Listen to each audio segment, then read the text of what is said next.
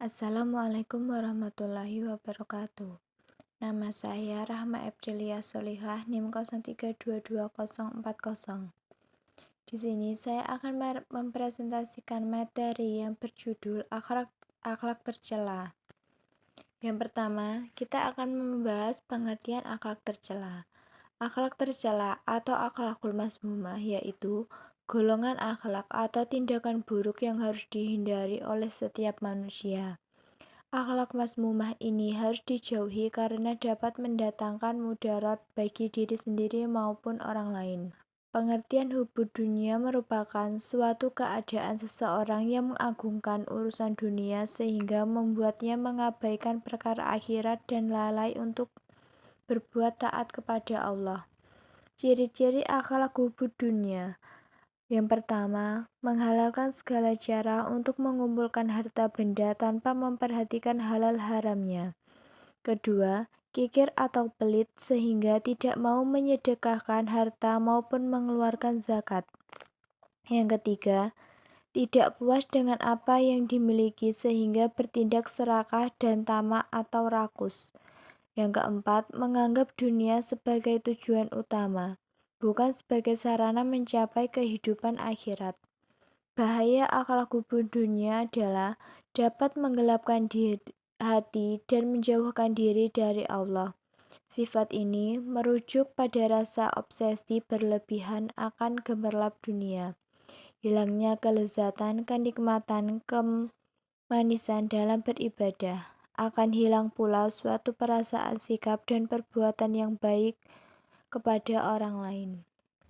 Yang kedua, kita akan membahas hasad. Hasad adalah perasaan iri atau dengki yang muncul ketika seseorang tidak senang melihat kebahagiaan orang lain. Hasad juga bisa diartikan sebagai keinginan untuk mendapatkan nikmat yang dimiliki orang lain dan berpindah ke diri sendiri.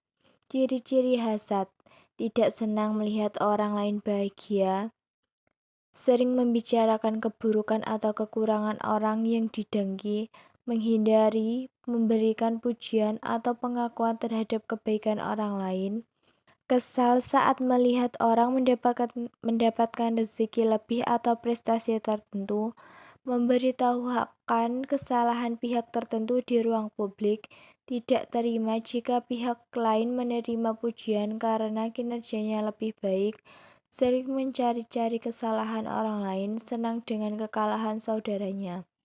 Senang jika saudaranya tidak hadir dalam suatu permasalahan ketika mereka berselisih.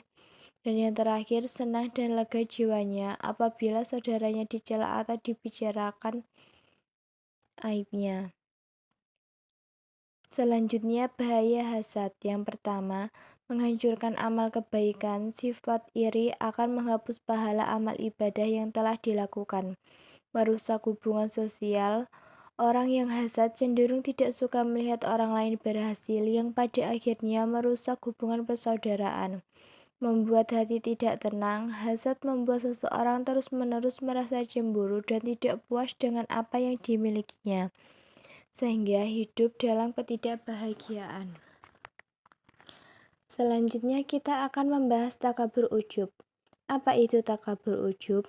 Takabur adalah sikap sombong atau merasa diri lebih baik dan lebih tinggi daripada orang lain. Orang yang takabur selalu merasa lebih unggul dalam hal ilmu, harta, atau status sosial, dan cenderung merendahkan orang lain. Sedangkan ujub memandang dirinya banyak kelebihan sehingga tidak perlu untuk menambah ilmunya lagi. Cara menghindari takabur: rendah hati, bersyukur, berprasangka baik, menghormati orang lain, berlaku sabar, menjaga keseimbangan antara rasa percaya diri dan rendah hati, maka mengakui kekurangan dan kesalahan, bersosialisasi dengan orang lain, membantu orang lain sebanyak mungkin, zikir, senantiasa mengingat Allah melalui zikir, bertobat dari dosa. Selanjutnya, pengertian riya. Riya merupakan suatu perbuatan memperlihatkan sesuatu atau pamer, baik barang atau perbuatan baik, namun dengan tujuan agar dilihat oleh orang lain untuk mendapat pujian. Bentuk ria yang pertama, ria dalam niat. Ketika seseorang akan melakukan sebuah amal, dalam hatinya telah ada keinginan atau tujuan selain mencari ridha Allah. Sejak awal telah mempunyai niat tidak ikhlas, padahal diterima atau tidaknya amal ibadah yang kita lakukan sangatlah bergantung pada niat.